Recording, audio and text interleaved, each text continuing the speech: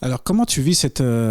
lumière, cette mise en lumière qui existe depuis quand même pas mal d'années sur tout ce qui est street art, graph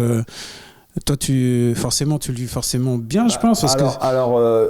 Tu veux dire, ouais. Parce que à l'époque, c'est vrai que vous travaillez dans votre coin,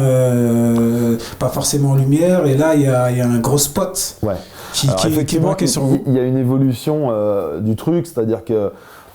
le graffiti est arrivé en France dans les années 90, il y a eu une grosse période vandale, notamment à Paris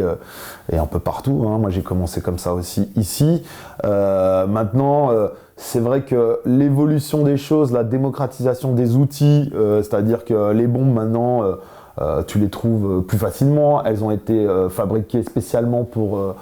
faire des graphes, tu as de la bibliographie, plein de livres qui sont sortis, Internet a révolutionné aussi le truc, c'est-à-dire qu'aujourd'hui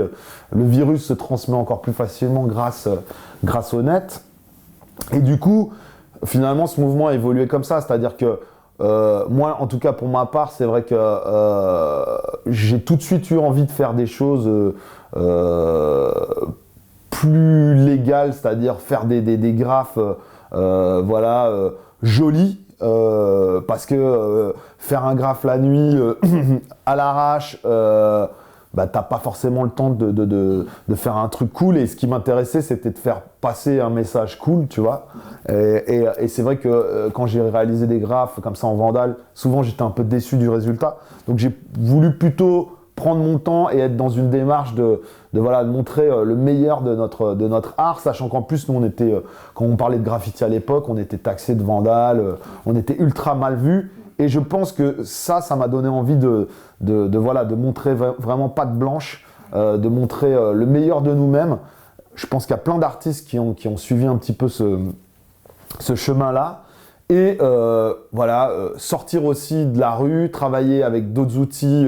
l'infographie, sur d'autres supports, la toile, etc. Ce qui a fait naître